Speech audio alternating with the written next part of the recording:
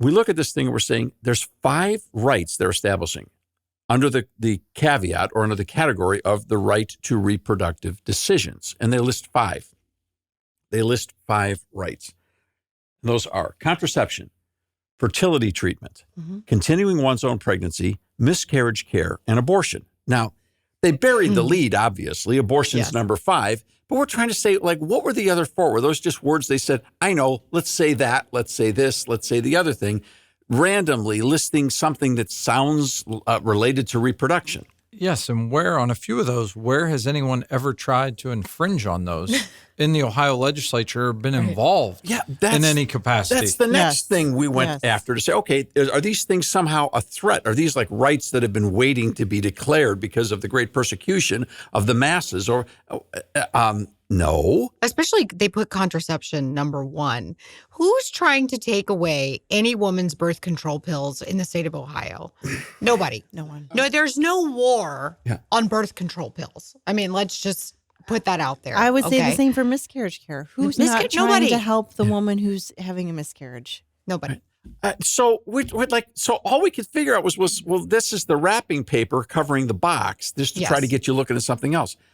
Then, and I can't even remember now how it happened. I don't know. We started examining Planned Parenthood documents, and we started looking at their annual reports from a year ago in 2022. This is Planned Parenthood Greater Ohio. This is Planned Parenthood National.